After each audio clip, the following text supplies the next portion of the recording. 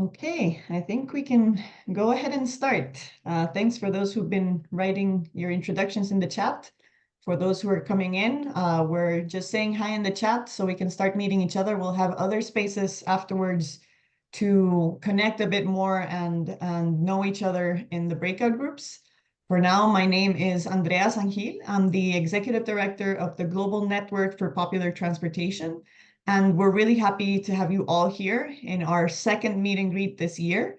Our meet and greets are basically spaces where we can connect with people in our network. GNPT, our Global Network for Popular Transportation, is a network that connects people from all over the world that are doing something related to popular transport. So maybe some are researching, some are actually practitioners, some are involved in workers' organizations, other people are just trying to learn about it. But the idea of the network is that we can connect to each other, that we can learn from each other, and that we can take those learnings into policy spaces and leverage support for the recognition, the integration, and support and investment for the popular transport sector. So these meet and greets are spaces where we can provide a platform for people who are working on the topic so that they can present and we can learn from each other and reduce that learning curve on how to generate transformations in the sector. Today and throughout this year and next year, our meet and greets are going to be done in unison with the PRISM project, which is the Partnership for Research on Informal and Shared Mobility. That's a project supported by VREF and led by Columbia Climate School Center for Sustainable Urban Development. Just in a few minutes, Jackie Klopp, who directs this consortium of research and also the Center for Sustainable Urban Development, is going to tell us a bit more about the PRISM project and who's working on this. And today we're going to have Su Song from WRI China to tell us a bit about the research they've been doing on shared mobility and green mobility as a service in Beijing. And we're going to start doing some intersections there on what we can learn from MaaS and understand elements of that and what we can learn from that for the popular transport sector and vice versa as well. Because these are two sectors that are pretty similar in a lot of things, but different in other things. And we could start learning from each other and integrating these learnings to improve and transform the sector, and so also to integrate operations of MaaS and popular transport in different cities around the world. So we think that this is a huge opportunity to start thinking about the commonalities and the differences and how to integrate different types of transport systems in cities in the Global South. So thanks so much, Sue, for being here today. And we also have Benji de la Peña, the CEO of the Shared Use Mobility Center, which hosts the Global Network for Popular Transportation. And Benji is going to help us as a discussant after Sue's presentation. After the presentation, we're going to have questions and answers, and then we're going to have some breakout groups where we can reflect on the presentation, and we'll have some generating questions, but also they serve as a space to meet each other. We can't always meet in person, but in this space, what we want is to have an opportunity to know who is working on these topics and get to know each other a little bit and network a little bit as well while we reflect, and hopefully strengthen the bonds in the network. So with that, I will give the word to Jackie. I will stop sharing my screen. Again, if you have joined in the last few minutes and haven't introduced yourself, please do so in the chat so we can start knowing who's here. And Jackie, the floor is yours to present a little bit more about PRISM. Thanks so much, Andrea. It's wonderful to be here with everyone and to have this wonderful next conversation with Su Song, who's doing some really amazing work. I'm just going to take some very few minutes to tell you a little bit about our partnership for research on informal and shared mobility. And hopefully you'll join us in this partnership, in this consortium, of which Global Network for Popular Transport is a really important partner. And I see some others are here today.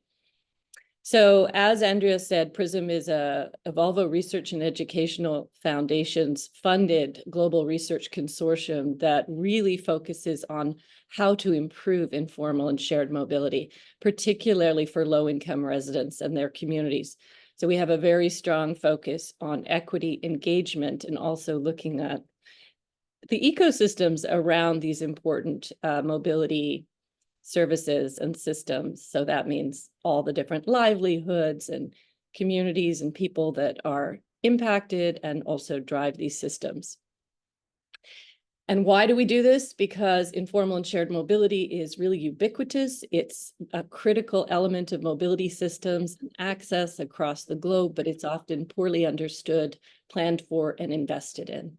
And so this has very problematic implications for equity, inclusion, access, connectivity, decarbonization, resiliency, a lot of the things that are really, really important for us right now to make our cities livable and safe. Our consortium currently is working in 7 different cities using a living labs approach. And Sue Song is part of this living lab approach. And she's going to talk more about that in a minute. So very quickly, we have a whole lot of different partners, and you see some of them here. And we want more, so feel free to join us, and I'll give you, there's a contact email, I'll put that in the chat, and also give you our website. And part of what we're going to be doing in the next while, besides these wonderful meet and greets, will be more global research exchanges and papers coming out of a living lab approach in 7 cities. We're going to have a series of policy papers that focus on neglected issues around informal and shared mobility. We're really trying to build up this community of practice. So we're really building these networks. Again, huge invitation for everyone to join. And we're also trying to support next generation scholars, some of whom are here today. So this is the future of research and policy engagement in this area. And we really believe in investing in education and curriculum and support for the next generation.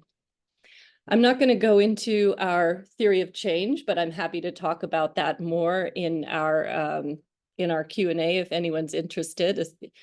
And finally, our living labs are in Accra and Kumasi. So I should say there's 8 cities really: Bangkok, Beijing, Bogota, Cape Town, Mumbai, and San Jose.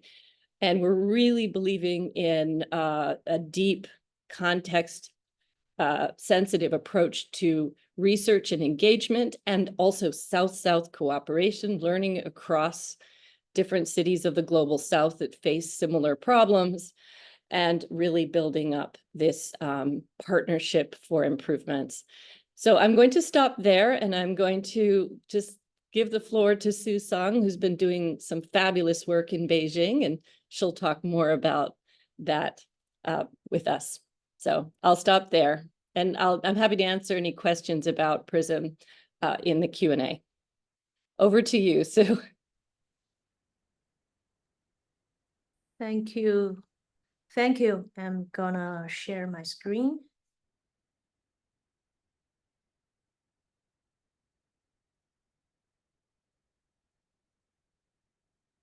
Can you guys see my screen in full screen? Yes. Okay, thank you. Hi everyone, and thank you for having me here to join the event of Meet and Greet. And my name is Sue Song. I'm from WRI China office. And today I'm very glad to share some practices and of the shared mobility practices and green MaaS pilot practices, lessons learned in Beijing and in some other cities in China. This research is under the Beijing Living Lab of the PRISM under VREF. And my lab is one of the 7 cities living lab, and have practices in Beijing. So I want to spend a few seconds to introduce my organization. WRI, World Resources Institute, is a global research think tank that works with several stakeholders to develop practical solutions to improve people's lives, protect nature, and reduce the impact from climate change. My organizations, as you can see in the picture here, that we are now working on 7 global challenges, including cities, climate, energy, food, forest, ocean, and water. Now we have more than 1,800 staffs over more than 12 country offices. Because today's topic is focusing on shared mobilities and MaaS in Chinese cities, so I'm providing some facts from our market overview since 2022.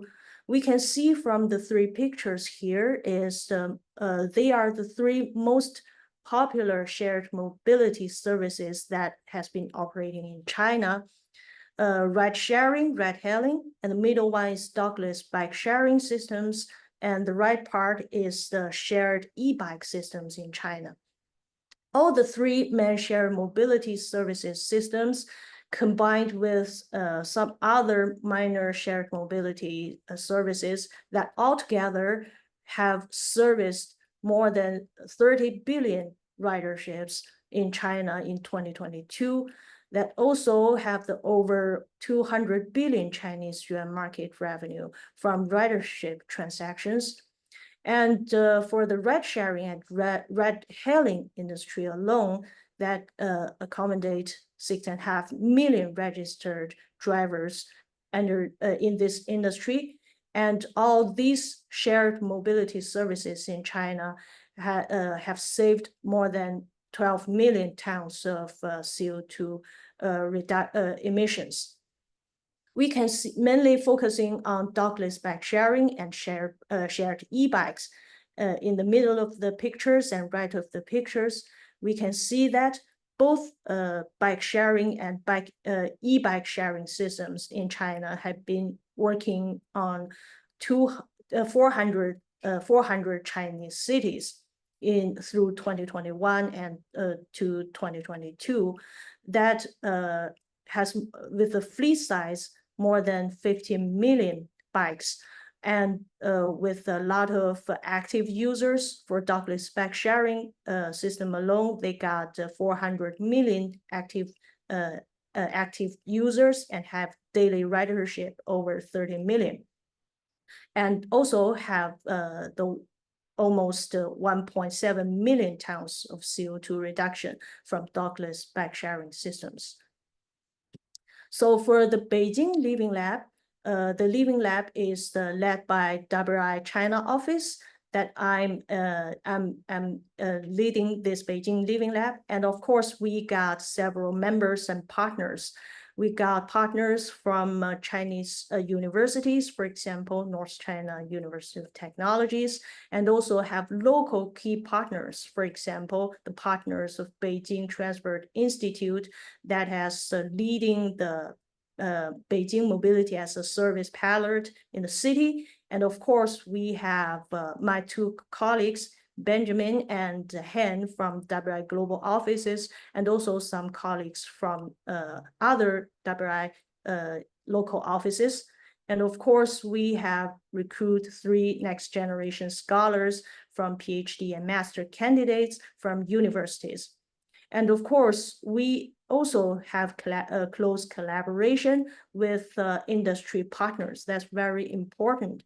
For example, the partners of Gaode Map, the key map operators in Beijing and in many other Chinese cities, and also partners from ride sharing and bike sharing companies, for example, Didi Chuxing, Hello Bike, and Meituan Bike, etc. Now we can see from the pictures here is that previously we have been working on individual shared mobilities. For example, on bike sharing systems, e-bike sharing systems, ride sharing, ride hailing, on-demand bus, and also 2 3-wheelers for logistics urban delivery. But for recent 1 to 2 years, our focusing is shifted from individual research on individual shared mobility modes of transport to an integrated modes of transport platform, that is mobility as a service platform.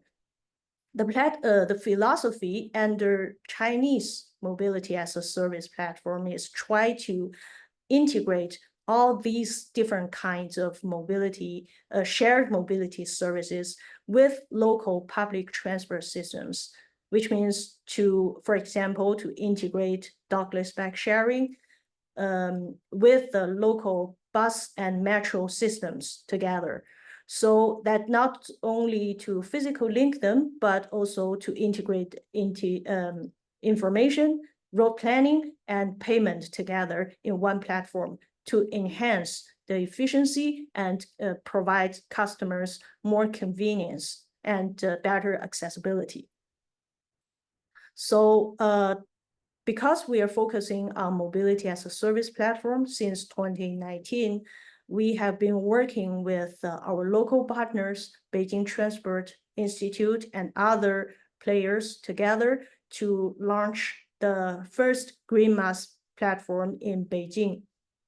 So the platform is generally led by the city government, which is Beijing Transport Authorities, and also includes several transport service operators, mainly the bus companies, metro companies, and 2 key map app companies that to build the MaaS platform, also to operate the MaaS platform in Beijing.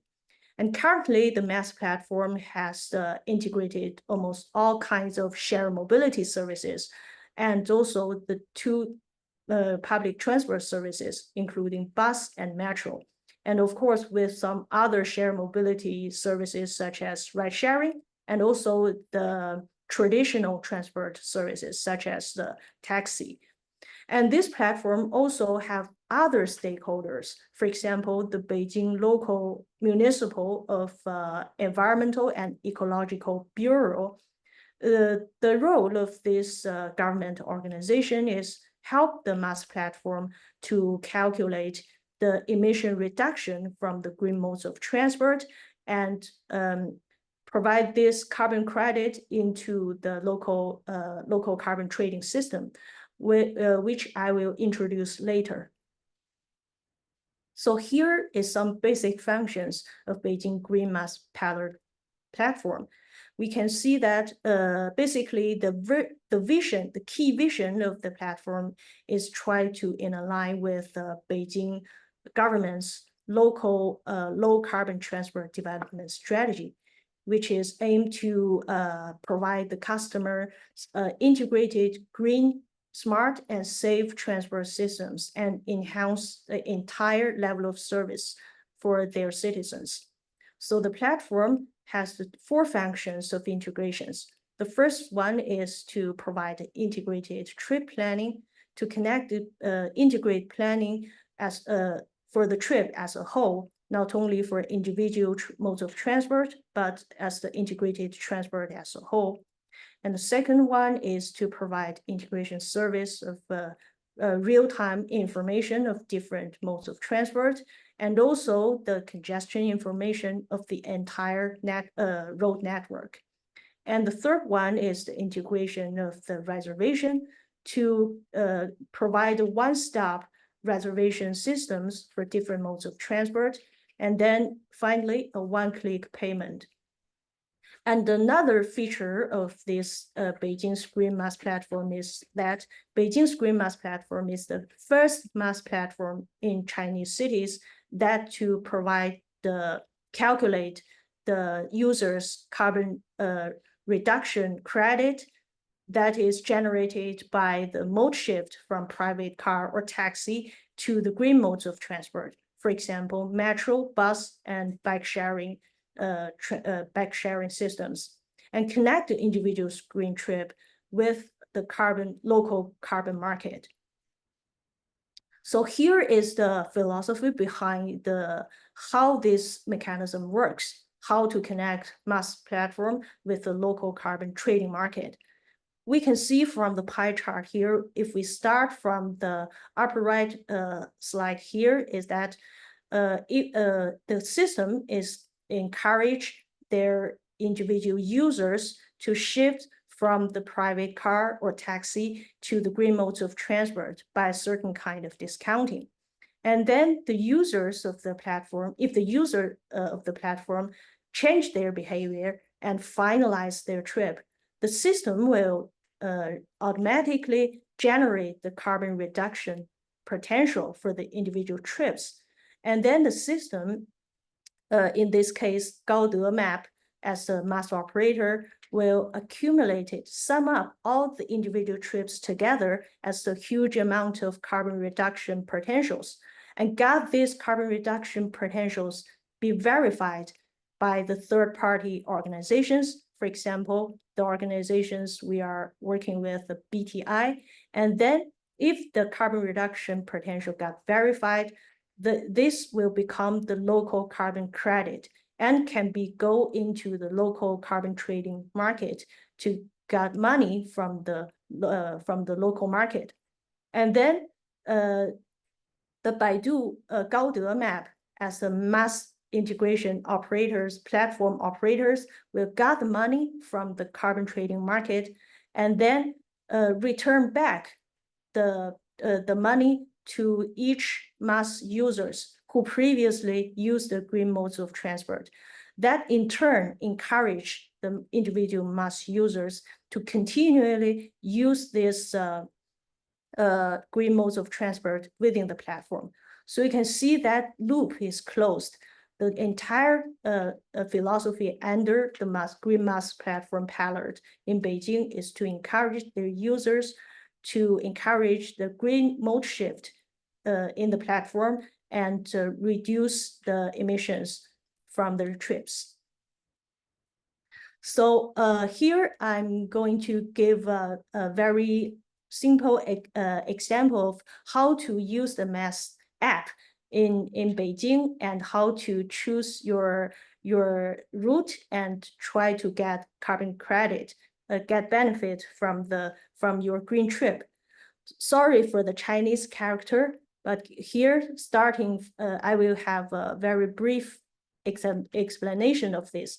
So we can, if we start from the very left part of this slide, you can see if I want to go from my office to the Museum of Forbidden City, for example.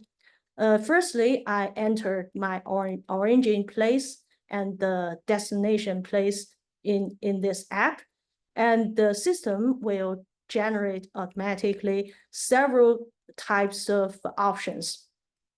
Here, basically, the system provides several the transport modes that you want to use as a primary mode of transport. In this case, I will use metro as my primary transport mode. Then the system lists several options. I choose this one because it will spend less time if I choose these options. Then the system will show you, I will take 2 lines of metro and have 6 stops. And after I get out of the metro station, I will unlock a dockless bike sharing systems and ride for about 800 meters to finally get the destination, the Forbidden City Museum. Then the system will generate automatically the QR code for me to unlock the dockless bike sharing services, and can also use to enter the metro stations. And the system also show the different kinds of road if I choose these options. When I finalize my trip, the system will generate the potential carbon reduction credit for me, compare with the baseline. The baseline is sometimes is a combination of car and taxi use, and then calculate the carbon reduction from my individual trip. And I can use this carbon credit to get the discount from my next trip by using the system. Or I can use it as a coupon to shopping online, also in this platform. So here I'm showing the accumulated benefits and kind of results from the Beijing MaaS platform pilot from 2019 to 2023. We can also only focusing on the last column, that is the latest number from the 2023. We can see from the table here is that there are more than 30 million active users in Beijing MaaS platform since 2019 to 2023. And within the active users, there are about 4.5 million trips that are focusing on green trips, which means these trips are the trips that people taking public transport systems, bike sharing, etc. And also, because of this green trip shift, there are also some CO2 avoided from this green behavior change. So at the end of 2023, there are around 400,000 tons of CO2 avoided by the green travel. And of course, there are some percentage of mode shift from private cars and taxis to bus, metro, and share bike, etc. In addition to the MaaS palette, me and my team also working on the user experience survey for the Green MaaS palette and also the shared mobilities in general. This is the latest survey we have been doing in 2022. You can see from the chart, from the map here, we have been selected around 20 Chinese cities all over China. And we asking them, what do you think the most important modes or services that MaaS should include?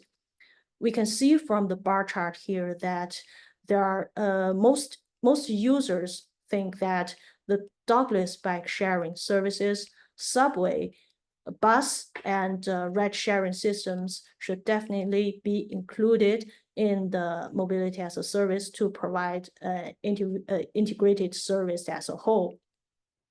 And most users, above 70% of the users think that the integrated and smart modes of MaaS platform could help them to decrease their carbon footprint of their trips. So in the condition that the platform that integrated more modes of green transport modes, including bike sharing, bike e-sharing, and also the ride sharing with electric vehicles. And of course, the MaaS platform has some gaps to fill. For example, we can see the bar chart in the bottom here that most users of the existing MaaS platform think that the price for the the price encouragement for the green transport modes, for example, metro, bus, and bike sharing, still comparatively high. So they got lower price for these specific green modes of transport. And in addition, the current mobility as a service platform, although they integrated many modes of shared mobilities and green modes of public transport, they do not have enough, provide enough good services to the vulnerable social groups. For example, the people with disabilities, the elderly, and women and children, etc. So we can see from here is that there are still a lot of gaps to fill of the existing MaaS systems and shared mobility systems. So for the next phase, next 2 years, we, as the Beijing Living Lab, we have identified several key areas to work.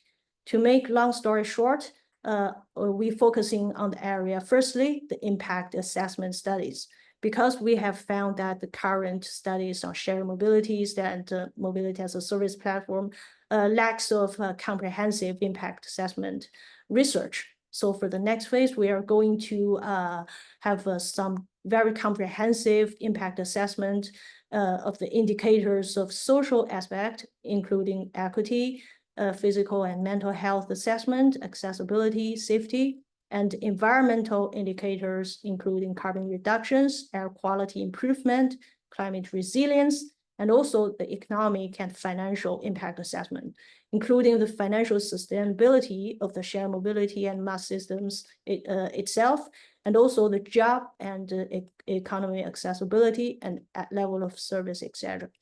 And we are also going to continuously update our policy and regulation database on the shared mobilities and mobility as a service. And of course, we are continuous to working with our international and national partners, including MaaS Alliance in Europe, VREF, and WI Global Networks partners, etc. And also we engaged the PhD and master candidates to working with together on the research and data impact study research, policy update, and international knowledge sharing and knowledge building. And that's it. I'm listing several publications we have been published for recent years. If you're interested, you can scan the QR code or send email to me. Thank you. Thank you so much, Sue, for your amazing presentation. It's really impressive, the amount of data you've gathered and the really good insights from that. I have one question from Jackie here. She said, you noted that the dockless bike use went down by 16% between 2021 and 2022.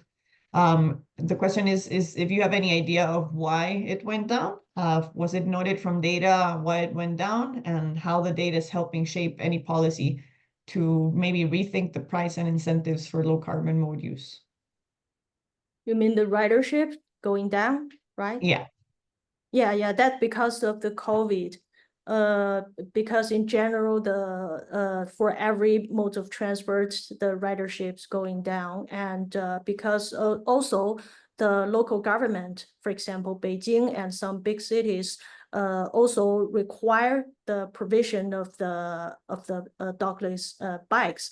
Limited got the cap of the supply, so that also may be some reasons for making the ridership going down.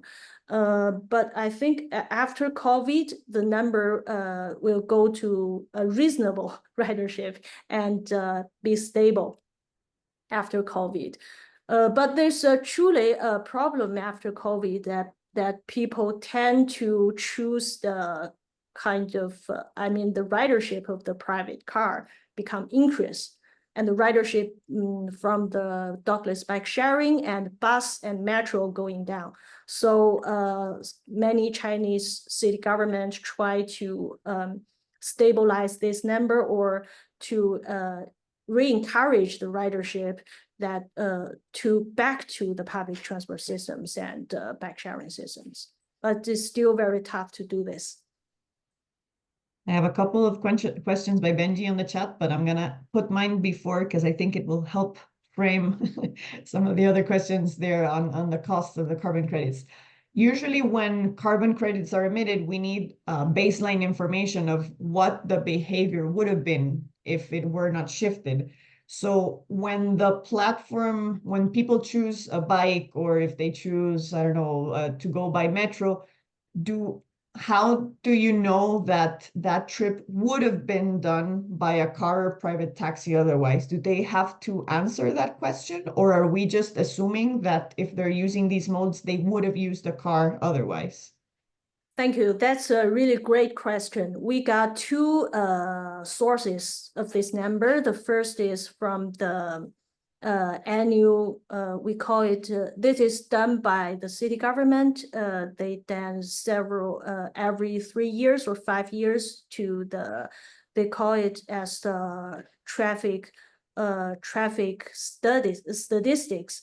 That is to do the survey that know the baseline of the mode shares of the city's citizens as a whole. So it is not based on individuals' data, but based on the city commuters as population as a whole. So they got a kind of average mode mix, mode shift percentage as a baseline. And the second source is we WI do every 2 years, we have conducted the user experience survey. we send questionnaires for individual commuters, and they ask them specific questions. What before their behavior change, what their previous kind of trip, that percentage that's using the private car, taxi, or other modes of transport. Great, thank you so much. And the mode share of private cars in Beijing, approximately what percentage is it? Sorry, Mhm. the private car? Yeah. 20, I think 20% or lower. Mm-hmm. Okay. The Benji also asks how much money was being generated for the carbon credits and how much are the operators getting, or if it only goes to users? It is based on market. Previously, it's 50 yuan. I think $7 per tons of CO2, and recent years maybe $10 roughly, not so high. And the money goes to individual users as a carbon credit. But right after the trading, the bunch of money will go directly to the platform operators, the MaaS operators, and the MaaS operators then reallocate and return the money back to individual users as a coupon sometimes, or discount. Okay. Do you have any other questions from other participants? You can write it down in the chat or raise your hand.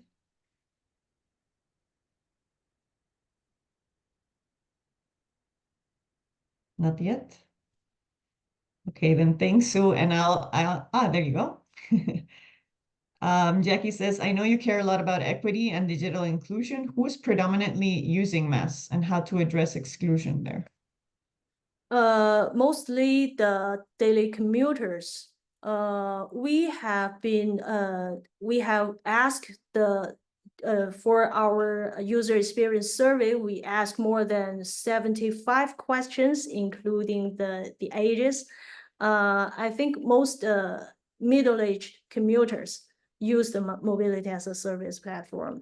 But our questionnaire didn't include the users that below 18 year old. So I'm not sure if some other younger people using this. And yeah, normally 25 to 45 age group that use MaaS.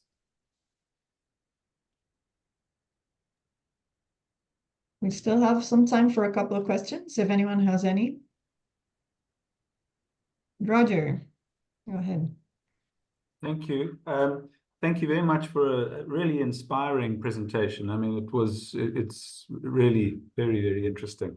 So if I understand the thread of questions and answers, the incentive that the users get is not linked to their individual behavior. It has to do with whether the mode share of the participants of the Green MaaS platform see their share increase. So if it increases, then there's a benefit that gets distributed by the operators. And then, if I've understood that correctly, linking on Jackie's point now, is it possible for the operators to distribute that incentive unevenly across their passenger market? So could they, for instance, target groups of users that they think need the greatest assistance? Yeah, thank you, Roger, for this excellent question. Technically, yes, but currently they don't do this. Maybe in the future they are going to do this to kind of unevenly distribute the benefits of the credit, or other or to kind of encourage or improve the more better service to the some vulnerable social groups peoples, maybe. But due to the current I think the operational cost and efficiencies. Currently they are not doing this, but in the future maybe it could, and we can provide recommendations to this because technically it is possible. Thanks. So we have a question from Roger in the chat that says 4 times as many survey respondents cited improved efficiency for their travel as a reason for being interested in using the MaaS app than those citing carbon reductions. Is the marketing, are you marketing MaaS in that way, or is the marketing focused on saving carbon? 4 times as many. Sorry, I'm understanding this question. For being interested in using. So is the marketing targeting more about the efficiency and the convenience of the trips, or more about reducing carbon emissions? Good question. From the city government transportation authority point of view, they are more marketing on the efficiency and convenience of their users, but because also the local environmental protection bureau also one of the partners, so it is also promote the low carbon and green modes of transport as the marketing point. I think these 2 points are not conflict because it all in line with Beijing's local low carbon transport strategy. I think not only Beijing, but also for most Chinese cities, no matter mega cities or smaller cities, most of their cities are developing the strategy of the low carbon and efficiency and smart as their keywords, because this is also the strategy of the national level transport strategy as well. Thank you. We have a little bit more time, so I'm actually going to jump in and ask, how often are the benefits distributed? How many times a year, or is it after every trip that the user gets kind of like the discounts and the coupons, or is it every so often? Good question. In theory, it should be distributed after every carbon market transaction, but in practice, because this project led by city government, and city government requires the MaaS operation companies to dynamically generate the benefits. I mean the discount. Which means the individual users get directly the immediate discount right after they use the green modes of transport, or even when they're using the green modes of transport. So that put pressures to the MaaS operators because they have to pay this bunch of money ahead before they got a carbon transaction. So that is also cause potential problems of the financial problems of the MaaS operators. So that is why this is only testing in the testing phase. To be honest, in most Chinese cities, I think in the world, currently almost no MaaS platform is operating financially sustainable. So that is why we are also for the next stage working on some financial solutions and the sustainable business model for sustainable, I mean specifically financially sustainably developed MaaS platform within the ecosystem. Perfect, thanks. I think we don't have more time for questions, but I will open the floor for Benji to do his role as discussant of this space. And then we will go into the breakout groups and discuss between ourselves a bit more. Benji, go ahead. Thank you so much, Andrea and Susong and WR. Thank you so much for this really enlightening presentation. A bit about myself. I'm Benji, or Benjamin de la Peña. I'm the CEO of the Shared Use Mobility Center and the chair of the Global Network for Popular Transportation. The Shared Use Mobility Center, we connect and empower change makers like Susong and the members of PRISM and the members of GNPT who are advancing people-centered shared mobility systems to fight climate change, to advance equity and strengthen communities. So here's my reaction. First of all, cats. It was just so lovely to see Susong's cats crossing in the background. So all presentations should have cats. That aside, it's really encouraging that for Beijing, one of the largest cities, metropolitan areas and cities in the world, with one of the biggest investments in fixed route and fixed rail transportation, still need shared modes, right? So subway alone, I think Beijing has something like 27 lines and about 700 kilometers of subway, or that's 400 miles of subway alone. And then they've got light rail and they've got bus. But the shared modes of ride hail and shared bikes are still a critical part of the ecosystem, which tells me that as we think about the solutions in our cities, Beijing has the advantage of having very mature institutions and good resources, right? But as we think about the solutions in our own part of the world, we have to think of all the shared modes and the informal modes, which also exist in some of China's cities. I remember there was a piece on, I think it might have been also from WRI, the shared e-bike with a driver on it, sort of like the motorcycle taxis that we see in Southeast Asia and Africa. The goal that they had was integration, which I think is so important. So much of the time we go into let's solve transportation, and the goal is to put in a big system.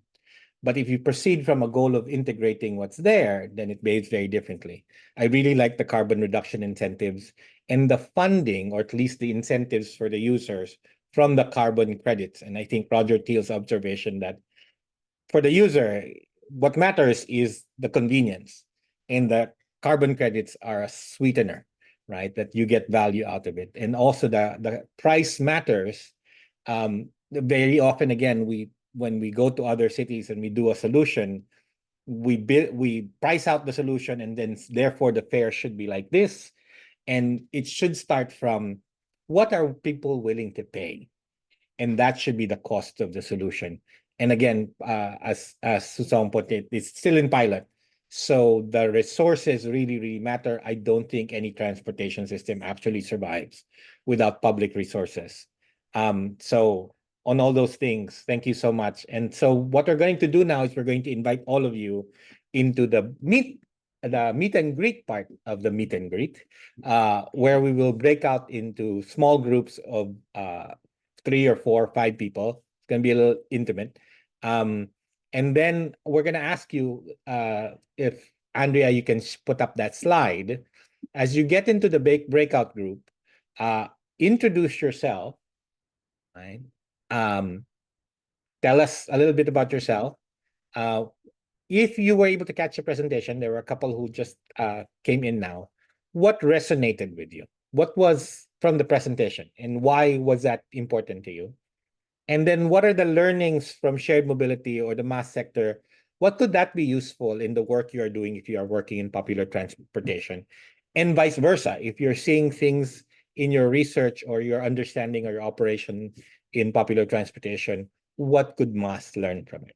So again, brief introductions, what resonated with you, what is the learning from MaaS or the learning for popular transportation that you think is important that each sector learns. And with that, I'm going to go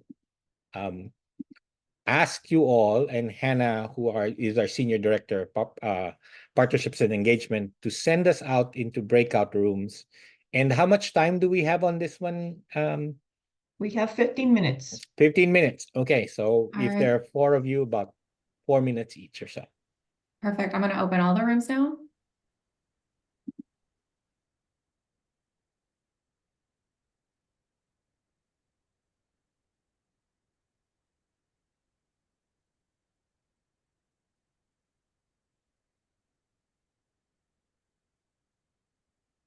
Okay.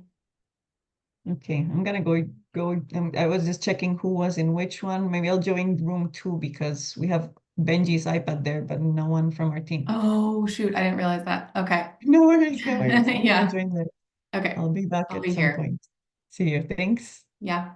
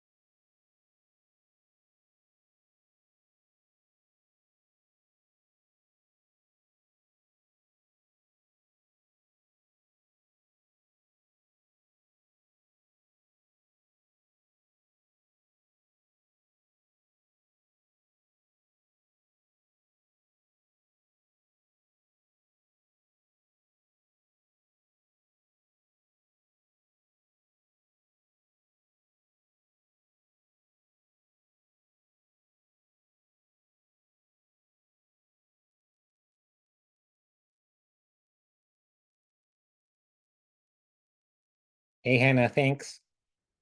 Yeah, no problem.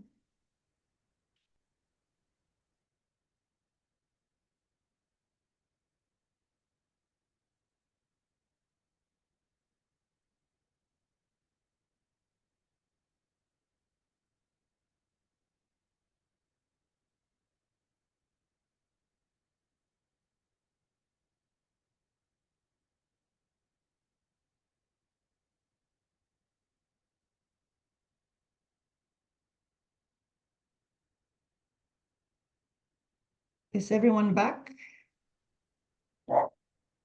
Okay. How was it? Does anyone want to share some insights from each of the group discussions?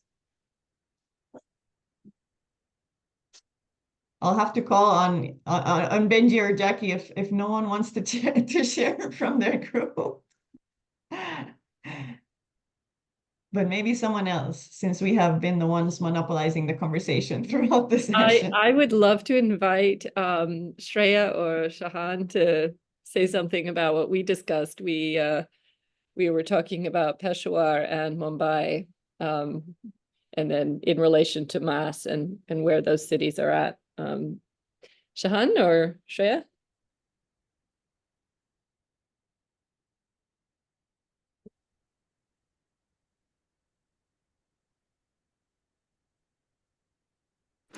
Okay, I think I'll take it forward. I'm from the Mumbai Living Lab, and we were presenters in the last meet and greet of GNPT. So we had an interesting conversation with Jackie and Shahan Ahmad. He's from Peshawar, and we had like a comparative study of like how. So we were just talking about how the informal transport works in Mumbai, and how it was very interesting to see the app-based MaaS system in China, and how it would be a great integration in cities like Mumbai. And I think and Shahan had like a very interesting point on how his city works, and how he was explaining how the informal transport works in his city, and how that could also be integrated, and what are the possibilities and the disadvantages and advantages of that city. So it's a very interesting conversation.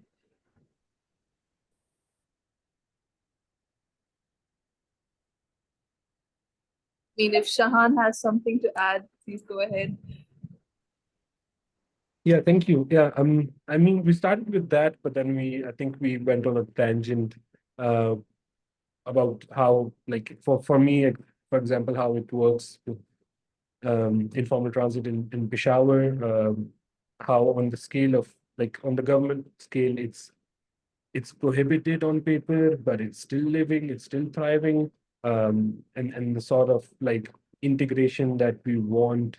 There is an app, but of course, if it's the government that does not want to accept the informal transit, then how do we like go around all that red tape, all that bureaucracy to integrate it into that app, and how it's like spatially everywhere, this informal transit. It's not even about like what sort of people live in that neighborhood, because even if it's a neighborhood of high income people, there's human resource that comes in from low income neighborhoods, and in that aspect, it's completely, it's not even complementary at this point. It's competing with the formal transit, and so there's this thing we call line losses in Pakistan, like for electricity, there's line losses because you're competing with something, so you're losing ridership.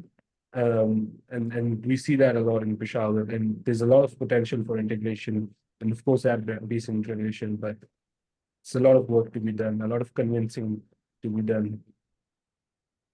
It does raise the question about informal, if there's any informal or popular transport left in Beijing, and whether this is at all an issue, or whether are there any modes that are missing from the MaaS platform. And then I think it also really highlighted the importance of trying to create data and analyses to do advocacy around government officials understanding the role that these modes play. These were often considered informal or popular modes. And the fact that they're still there shows serious service gaps from the institutionally supported system. So, but I don't know if Su Sung wants to speak to the question of any missing modes on the MaaS platform and any popular transport left in Beijing. Yes, previously, I think 10 or 15 years ago, we got some informal public transport services in a small van. It is, we call because in Chinese cities, we sometimes we don't call informal. In the definition from the official point of view, all the transport modes are formal, otherwise illegal. So that's a problem. Previously, we got informal / illegal public transport services in a small van, and also has three-wheelers for the last mile connection between the metro stations to the office, for example. But currently, these disappeared, so it really caused some inconvenience. But I don't think it is their disappearance caused by the MaaS systems, but by the regulations of local governments' regulations, because they think sometimes they are not so standardized, and also some road safety concerns. So they phase out these kind of informal transport modes. But I think certain kinds of informal transport modes are necessary specifically for the last mile transport, and specifically for some rural areas. Because in Beijing, we got still large area. It's not urban built up areas, it's still rural areas. So for these part of areas, the last connection is crucial. But now we don't have such kind of modes of transport to provide necessary service for that, unfortunately. But Thanks, maybe Sue. I'm thinking for go the ahead. as a service also can provide exactly this service. I mean, the above 5 kilometers or longer distance to provide the service for the rural area. That is why some cities, for example, Chengdu and Suzhou, also try to think about to provide the MaaS services that covering not only central urban areas for daily commuter, but also for some less population in density areas, and provide service in these areas. I'd like to open up the floor also for the other breakout groups to share their insights, their reflections. I can't remember the number of the groups, but maybe the group that was with Benji. If anyone has any thoughts. I'm going to invite either Roger or Luis to come speak, since I'm speaking so much. So yeah, so I mean, I think we're hesitant because we it's not like we felt that we'd come up with any kind of groundbreaking insight. I think there was a sense in our group that we were reflecting on the Green MaaS project that we'd heard about in Beijing. We were unclear what the benefits to the popular transport service providers might be if such a system was transferred into our contexts, and so a lot of our discussion focused on what those incentives might be for those operators to begin to participate in such a scheme, because most of the benefits were discussed earlier in terms of the passengers rather than the operators. Yeah, so that's kind of, I think, in a nutshell, where our discussion went.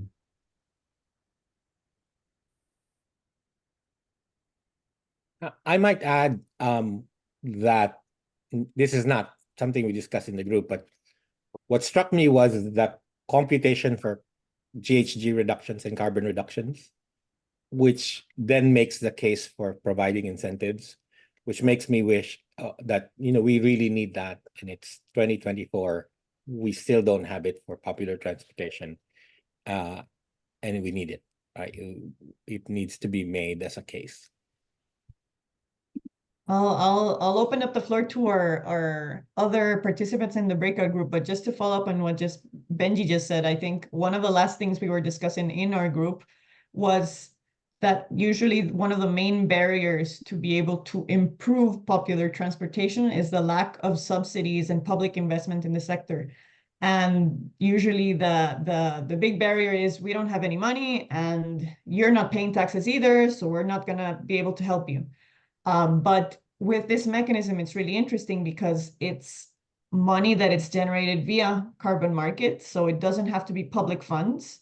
And it right now is directed only at users, but we were imagining what if we could distribute it a bit evenly and say, okay, a little bit will go to the operators and a little bit will go to the users. So we have an incentive for people to use shared mobility and green modes, but then there's also a little bit of resources going into improving the operations and having a little bit more capital to change the vehicles or reduce working hours, just to start improving the current issues and limitations that popular transport operators are faced. We were talking that maybe it's not a lot of money, but it could be a start of finding mechanisms that could help channel funds and investment into the sector, because it's a sector that has faced zero investment usually in all of its history, and operators assume all of the risk in their operation. So this was interesting and kind of food for thought of what other types of mechanisms could be generated to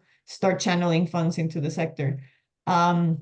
I remember Hussein had some interesting insights as well in terms of last mile connectivity and incentives and regulation. I don't know if you want to jump in.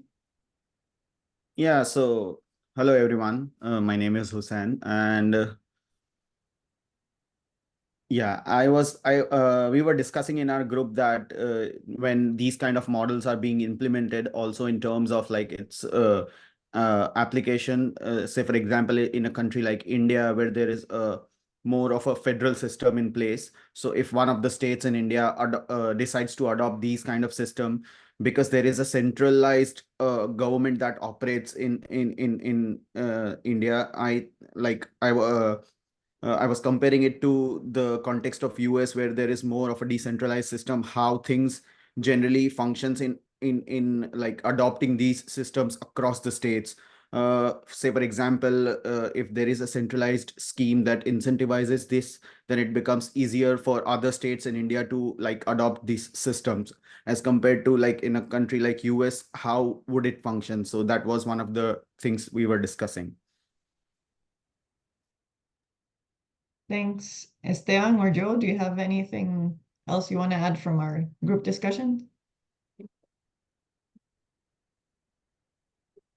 Also, hi, I'm Esteban. Also, we got a big issue to trying to connect all the applications to connect all the transport systems, because we got two platforms. One is Google Maps, that we also know everyone, and the other one is one of the operators of the BRT system. So getting one full application that connect all the shared mobility like bikes and all the other modes like BRT or the buses, it could be a great approach to get that to the south population in Bogota. So it is a good insight of this speech. Thank you. Does anyone else have any additional remarks or insights that you'd like to share?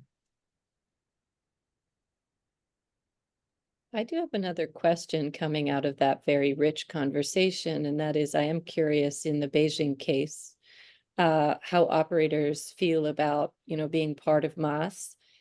I think,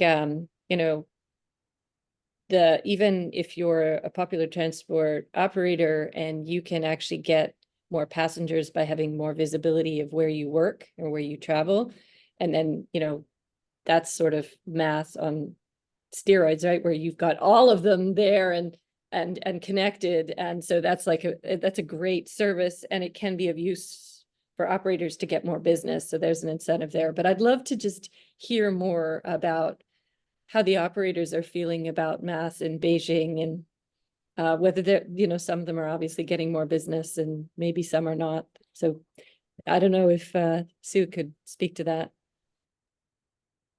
The operators in the MaaS, they are because the Beijing's MaaS still in a very early stage. Actually, it's in a very baby stage of MaaS pilot. So, the current operators is the market penetration of the MaaS service is not so high.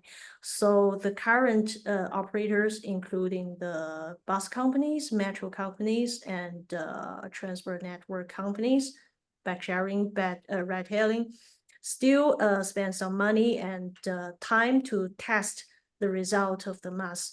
So currently they don't spend much money and time on this, so still see the result, not find so concrete result of the MaaS pilot studies pilot. So that is why our role as WI and Research Institute and our partners, Beijing Transport Research Institutes, are trying to design impact assessment indicators to kind of review the effects, the impact of the mobility as a service systems.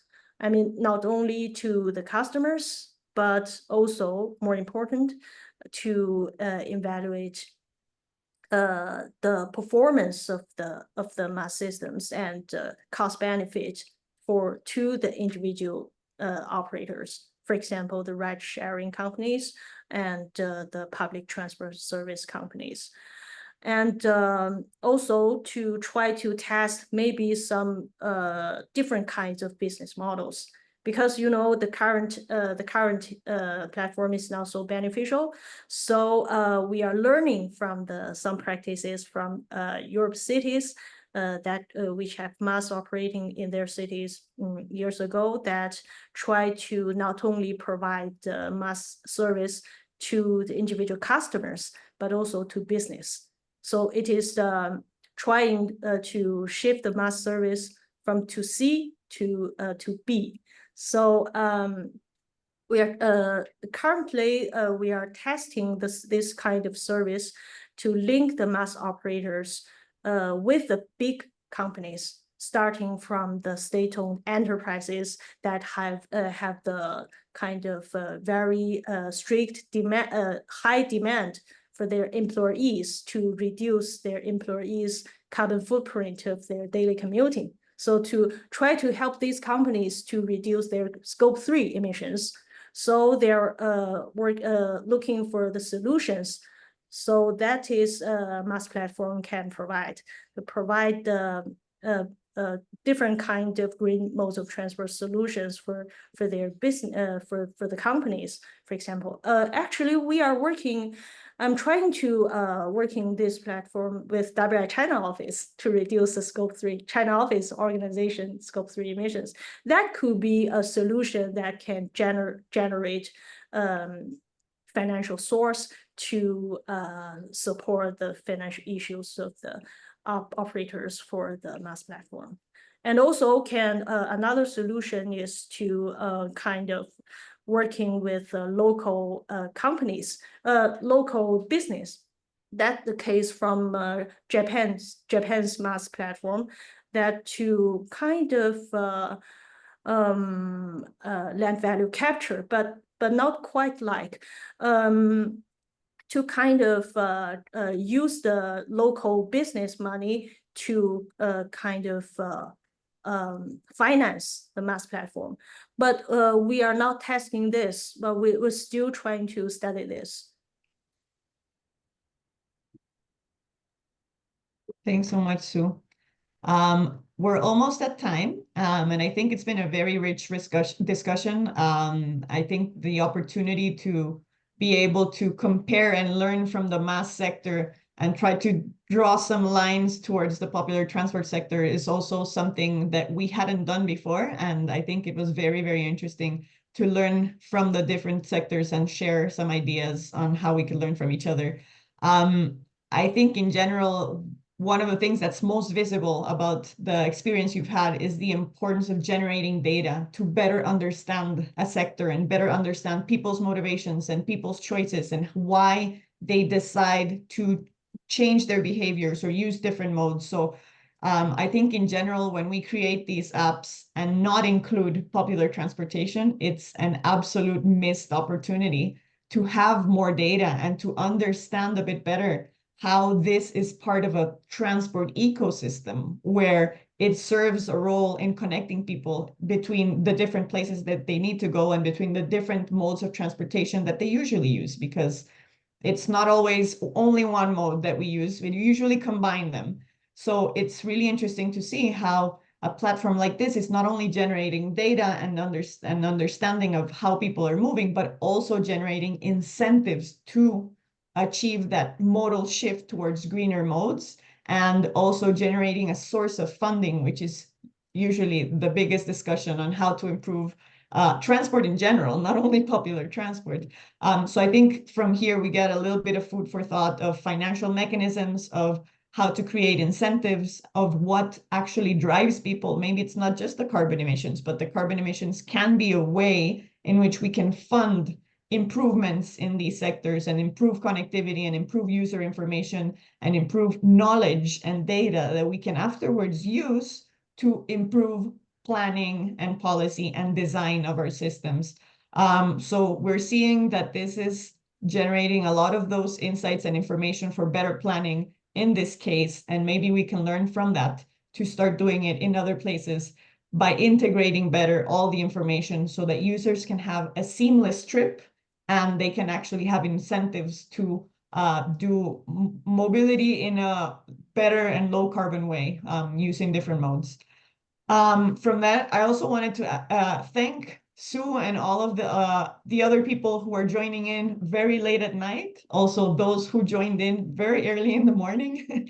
When we do global convenings, it's really hard to get a time that serves everyone. But thanks everyone for joining and also sharing your time and your insights. We will continue to do these meet and greets. We will do them every 2 months. So next one will be coming up in September. As I reminded you at the beginning, this year and next year, we'll do the meet and greets with people within this PRISM Research Consortium. So it'll be a great opportunity to see research from all over the world and what we're learning from these different living labs, and hopefully do some cross-pollination and hopefully also generate connections from these meet and greets, from the people you meet in the breakout room or from the researcher that's presenting the ideas to, as I said at the beginning, reduce that learning curve so that we can accelerate that transformation for a better popular transport system and for a better transport systems worldwide. So we're here to continue the discussions. If you have any other questions or if you want to keep up to speed with what's going on with the consortium, we will also be communicating news and insights and reports or publications or different events that are going on in the PRISM Research Consortium in the GMPT newsletter, but also on the webpage of PRISM that Jackie put in the chat, I think. And apart from that, I think we are done for today. Thank you very much. Thanks, everyone. Thank you so much. Have a great days and nights. So much. Good Take day care. and night. Thank you. Thank you. Have a good Bye. one.